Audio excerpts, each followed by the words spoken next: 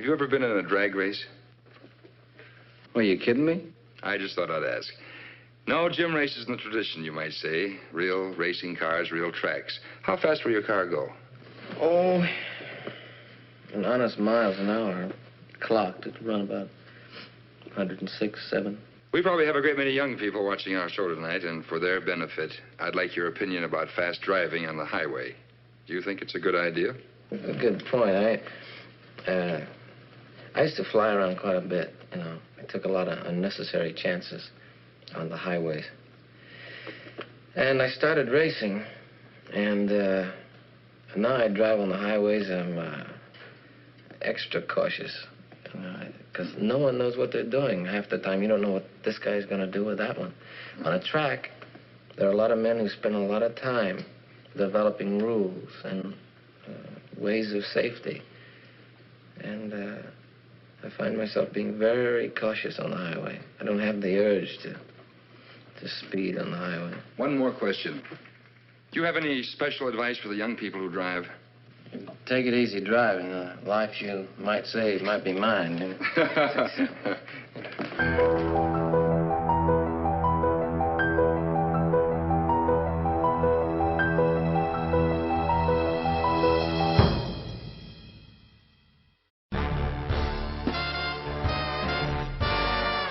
Hollywood has changed quite a bit since 1955.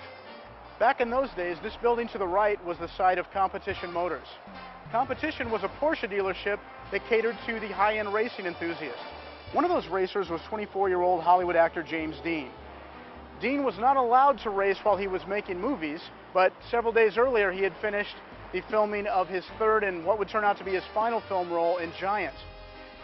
He also recently had signed a big Hollywood contract which left him flush with cash, so he came over here to Competition and purchased his own race car, a Porsche 550 Spyder, which was one of only about 70 that were ever made.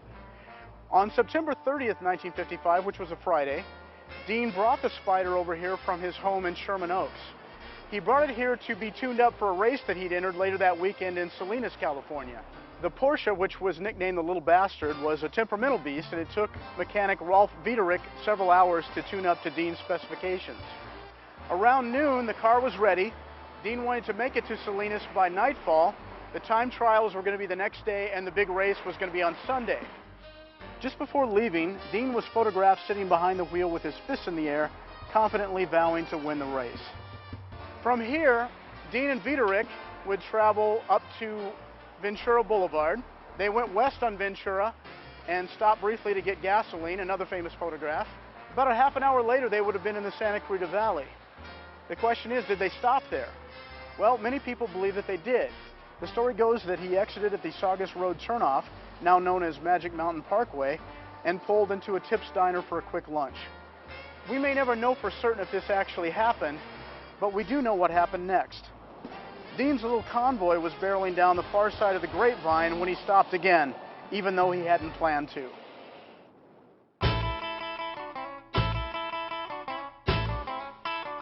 I was going south on Highway 99, and I noticed this little Porsche Spyder going north, and he was going too fast, I could tell that. So there was behind him a pickup truck pulling a trailer, and they were running together. I could tell the way that they were maintaining the distance between them. They were traveling together, so I made a U-turn. At that time, this wasn't a freeway, just a 4-lane highway. So I made a U-turn and dropped in behind them and clocked them, and they were doing around 70 miles an hour. And so I pulled both of them over, and both of them got out, and we discussed why I had stopped them. I told them why I had stopped them, and they didn't have any argument because it was obvious that they were running a little quick. So I rode them, and we sort of chatted a little bit while I was riding. He didn't, nothing at all that was, he didn't seem to be too unhappy, and of course, he wasn't all pleasant either. Nobody likes to get a citation. But he certainly didn't act religious or anything like that. He was very pleasant. The other guy was too. It was some friend of his that was driving the pickup, and I don't recall his name. And he was driving a trailer, pulling a trailer that should have had the car on it, the race car. But they were delayed in getting the car over, and they'd only got it over the day before, and he didn't have a chance to break it in. So instead of trailering it up to the races at Monterey, he was going to drive it up there and break it in on the way up. And that's what he was doing. He was actually pushing it too much, really. Now, I understand that you clocked him at roughly 70, right? Right around 70, yeah. But I think the ticket says 65. I think that's what I wrote him for. But that's not unusual. You always, if the guy's that far over, why, you can always drop 5 miles off of it, and you know that he's going 65 or better, because if you got a good clock on him around 70, well, you know what he's doing. And so it's not unusual at all. Do you remember what James Dean said specifically when you ticketed him? No, not particularly. I didn't know who he was at the time. He was just another guy that I stopped for speeding. And we chatted a little bit, and I asked him where he was going with the car, and he talked about, I'd heard about the race. It's going to be at Monterey, Fort Ord or something in that area. And so we talked about the race and so forth, and he told me about the car getting in late, that he was going to go out to Riverside, and he was going to take about a week or so and go out there and run it and get it loosened up good and get to where it felt comfortable driving it. And unfortunately, it just got in the day before, and so he didn't even have a chance to get it on the racetrack. So it's really too bad that he didn't do that, and if he'd have taken it up there at Riverside like he planned, he probably wouldn't have been speeding up here. So it's just an unfortunate circumstance, unfortunately, yeah. So you just gave him the clipboard and signed it, and so you got that autograph of James Dean there? Oh, yeah. Now, I've seen a picture of that, and they call it I think the last autograph or whatever. Yeah, that's what I've heard. Now, do you have any copies of those? I had one, but I must have lost it. I tried to find it here a while back, and I couldn't. It's probably a pile of my junk that gets bigger in the office all the time, you know. But I see it around a lot. A lot of restaurants have them on the wall and have a picture, and they'll have a picture of the ticket right along with it. What was he wearing at the time? Do you remember? Oh, a typical Hollywood dress. He had an old pair of dirty, beat-up, worn-out jeans, no belt on them. They used the Hollywood bunch then. They used a belt, a rope where the belt should be on their pants. And he had shoes that were open and didn't have any laces in his shoes, but that was typical Hollywood dress at that time. But when I saw him, I thought, well, this guy's got to be from Hollywood. But a lot of guys run around with their shoes on, but no shoelaces, and like I say, they didn't wear a belt, but they'd put a rope around their belt loops and then tie the rope in front to keep their pants up. Well, do you think you could have done something more to convince him to slow down? I sort of doubt it. I advised him or told him that that was too fast to be running on the highway, and that he should slow down. I remember telling him to slow down and save your speed for the race up there, and wished him good luck in the race. And that was about it, but we didn't get anything technical, and he certainly wasn't in belligerent or anything like that. He was just a very nice talking guy. After Dean made his unscheduled stop at the bottom of the Grapevine, he headed on north on Route 99 and then west on 46. He made one final stop here at Blackwell's Corner. There were a lot of drivers going by on the 46 going to the same race. He recognized some of them. He stopped here, he chatted with a few. He also chatted briefly with a young boy who liked the Porsche and talked to Dean about it. He drank a Coke. Another person in his party had an apple. Then Rolf Wiederich got in, shotgun. Dean got behind the wheel, and for the next 30 minutes, and the final 30 minutes of Dean's life, they spent it inside the Spider. Well, it was the evening of September 30th, and Ron and I had just reported for duty at the Paso Robles Police Department. We had no CHP office at the time, and we were working the 6 p.m. to 2 a.m. shift. And approximately 10 minutes to 6, a phone call came in from Paul Marino, the owner-operator of the Shalam Garage, Tow Service, and Ambulance and Cafe, saying he'd had report of a bad accident at the intersection of 41 and 466, which is now 46. I jumped into, told Ron, he was outside there. And I said, I don't have anything to do, I'll just follow you out there and assist you. He went to his car and I jumped in mine, and we headed for the accident scene We were probably doing 100 miles an hour where we could. to get there.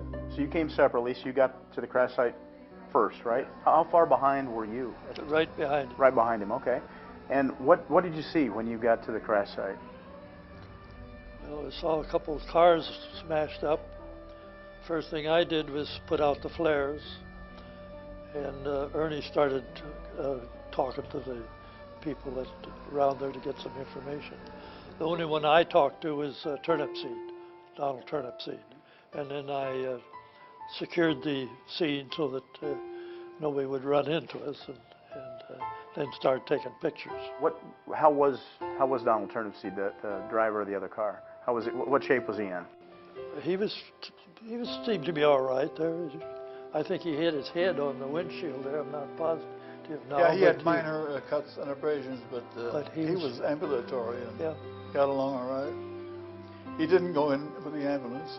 James Dean was just, they were taking him from his car, getting him into the ambulance. He was still alive, but didn't look very promising because I thought he had a broken neck. And the other occupant of the car, the passenger, a mechanic from the Porsche factory in Germany, Rolf Dieterich by name, had been thrown from the car, and then he was transported, put in the ambulance, and they both headed for the Paso Robles Hospital. So when you arrived, Dean was still alive? Yes. He wasn't very alive, but he was still alive. Can you describe what he looked like at the time? I didn't see him, but I heard him. I could tell that it's very possible that he had brain damage because the way he breathed real heavy. Mom, a kid was killed tonight. This is all going too fast You for better me, give son. me something. You better give me something fast. Jimmy, you're very young. A foolish decision now could wreck your whole life. So now, at the time you both arrived, approximately how long after the crash did you arrive, do you think? Well, after the crash, I don't know because it took a little while for people from the crash to go to Marino and stop. And so I would say we got there, half hour probably after the crash. It was shortly after, sometime after 6 o'clock. Okay, so it was still daylight. Oh, yes. But it was getting towards dusk. Okay, so you have Turnipseed coming one way, and he's going to exit to the north there on the 41. Make a left turn on 41. Make a left turn on the yes. 41. Go and you have, east. And then you have Dean coming from the other direction.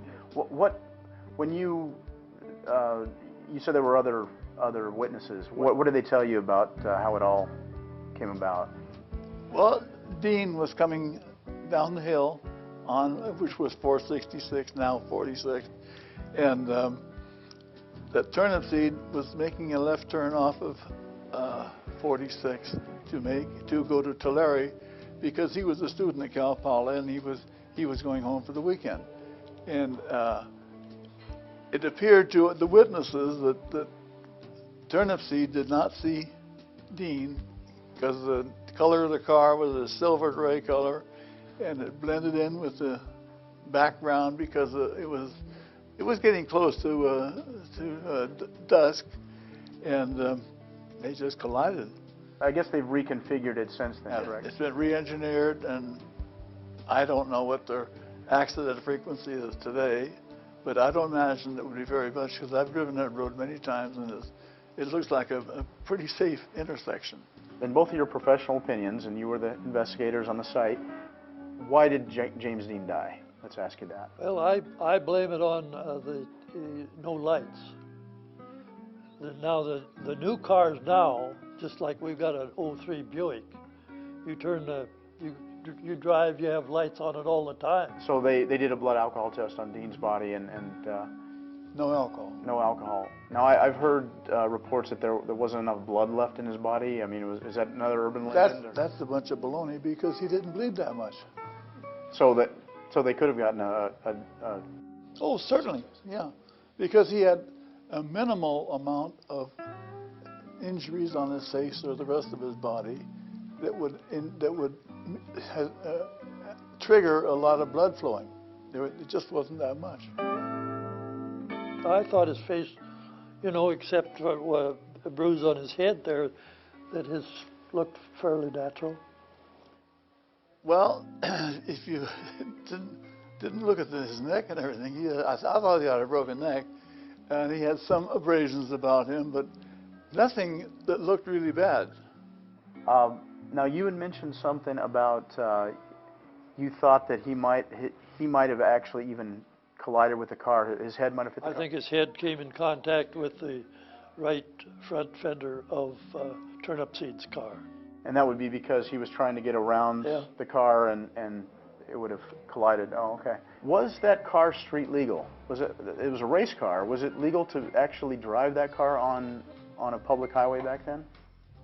Well, it had all the things that the car is supposed to have. It had a horn and windshield wipers and bumpers and engine and muffler and everything else. So it was street legal as far as we could determine.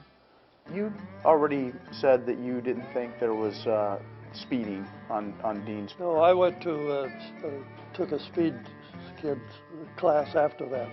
And even at the time, 45 feet after point of impact and 15 feet for Turnipseed. You know, that's no 90 miles an hour. If he'd been going 90 miles an hour, I don't think there'd been anything left of the car or even the mechanic that was with him. And the car was pretty mangled, but it was... Oh yes, it only traveled 45 feet. Now, Dean's passenger, Rolf Viderich, yes. Viderich, he was thrown from the car, is that correct? Yes, that's correct. Now, when you arrived at the crash scene, was he already in the ambulance? No, they were loading Dean first, then they're putting Viderich in, and I didn't have occasion to talk to him at the scene, nor to Dean. So you didn't speak to either of them. You did speak to Viderich later, correct? Later, I spoke with him at the hospital, yes. Okay. But Dean was DOA at the Paso Robles Hospital, dead on arrival, and had been taken to the mortuary by the time I got there, because it was some time before either Ron or I could leave the scene, because we had to get the scene cleaned up first. So it took a little while. In fact, the dispatcher had gotten word that there was James Dean in the accident. And the only way I know that he found that out is because that night the Paso Robles High School football team was playing the Bakersfield High School football team. And the two men that owned the Paso Robles radio station came through the accident scene shortly after it happened, and they found out that it was Dean, and they called it into their network so they could get credits for it and all, I guess, which the news media does. Anyhow, once the news media got hold of it, everybody knew. And we got calls, kept getting calls from our dispatcher asking when we were going to be 1098 at the scene, which means completed at the scene. And this never happened at accidents. They let us finish our job at the accident, and then if they had traffic for us on the radio, they would call us later. But they called me several times, and then I said, I'll let you know when I'm through here, but I'm not through yet. Well, when I finally did get the chance to talk to the dispatcher, he said that he had been bombarded with calls, and the hospital had been bombarded with calls. Everybody wanted to know something, but they weren't talking because neither Ron nor I had arrived at the hospital. We were still out at the scene.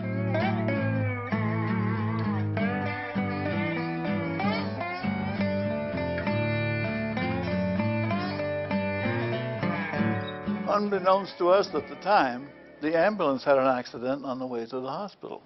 Yeah, you were telling me about that. It was excuse me, a minor accident. It was a head-on sideswipe, just a couple of miles from the accident scene, but we neither one knew about that till we got into the hospital.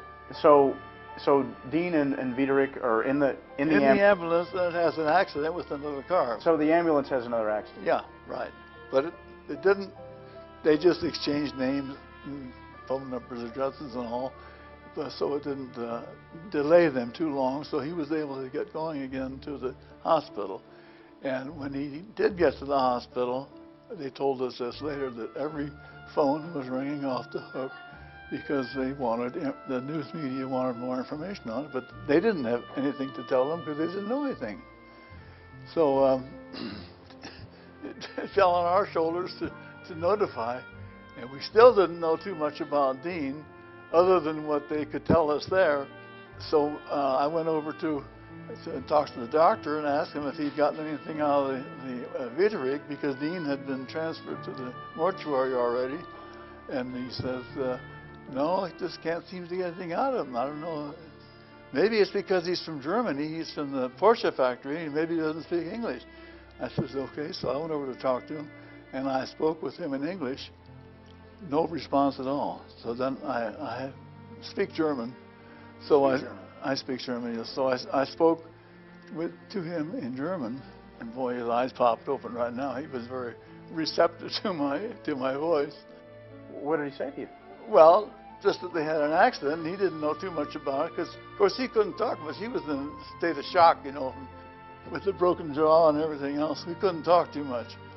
So I didn't want to push it, you know, with him being in an injured condition. And then I went down to the mortuary to get some information on Dean, driver's license information and so forth. And fortunately, the owner of the mortuary's wife had just read an article on James Dean in the Saturday Evening Post. So she filled me in on his whole life practically. So I learned a great deal, because I didn't know who he was. I thought it was James Dean, the sausage maker, you know. That's what I thought. Is that right? Yeah. So you didn't know? I'd never heard of him. He only made 3 films. He had just finished filming Giant, and the studios, to my understanding, we found out later, had taken away his driver's license because he was considered a wild driver. And so they had taken away his driver's license. He'd just gotten it back because they had just finished filming. I guess you're about the best looking gal we've seen around here in a long time, I think.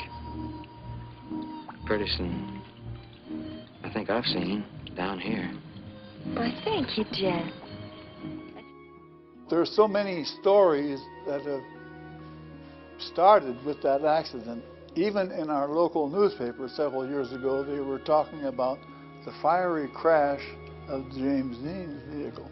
There wasn't a spark in the whole thing, let alone a fiery crash. And you hear all kinds of stories. You were the main investigators. Do you know if there were other investigators from the police departments or any other agencies that worked on this? Well, first of all, nobody had jurisdiction but the Highway Patrol, and I don't know of any city police department that would come out there in the wide open spaces and try to have an investigation unless there was something that we had done wrong and possibly one of their people had been involved. But I have heard of no investigation other than some of these private agencies have gone out on their own and done what they could, you know. Something that's related to where we are back in Newhall, there was a Tips was a restaurant down there at the time. There was a waitress who said that James Dean and Rolf Wiederick stopped in that day on the way up. And she claimed later that some investigators came back and asked the Tips crew if they served Dean alcohol that day. Did you ever hear anything about that? Never. We always, in the county, I think it's probably done statewide, maybe even nationwide, they run a blood alcohol test on all fatalities, and there was no sign of any alcohol. The district attorney who would do any prosecution in this case said that there was insufficient evidence, they thought, to prosecute Turnipseed, the other driver, for her violation of right-of-way, and they couldn't prosecute Dean because he was deceased. So they decided to have the coroner's inquest, and of course we had to both testify, and the coroner's jury came back with an open verdict, which indicates it was probably a case of both of them being to blame, and they decided not to prosecute. And they asked me if it was okay with me, and I said, sure, I'm not going to argue that. And it didn't stop there. It kept on going. for months, and then it kept on going for years until about after 50 years it started to die down. We've come to the end of our tale today at the site of the end of James Dean's life, but as you've all seen today, the story will never be completely told. I think we learned some new things today and maybe busted a few myths. We want to thank everybody that helped us with this production today, and especially the Jack Ranch Cafe. So from Show Lamb, California, this is E.J. Stevens saying thank you for joining us.